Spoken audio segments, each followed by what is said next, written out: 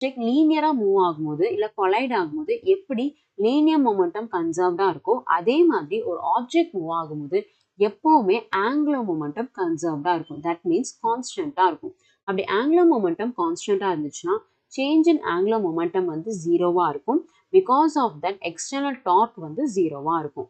So இதுதான் conservation of angular momentum. அப்போ இது எப்படி ப்ராக்டிக்கலா ஹெல்ப்ஃபுல்லா இருக்கும்னா ஒரு ஆப்ஜெக்ட் ரொட்டேட் ஆகும்போது எப்பவுமே angular momentum constant. So angular மொமெண்டமோட ஃபார்முலான L is equal to I omega. So ஐன்றது moment of inertia that deals about stability. அதே ஒமேகான்றது ஆங்குலர் வெலாசிட்டி. இது எப்பவுமே கான்ஸ்டன்டா இருக்கும். ஃபார் எக்ஸாம்பிள் இப்போ ஒரு பர்சன் வந்து நல்லா கையை நல்லா ஸ்டிஃபாக விரிச்சிருக்காங்க.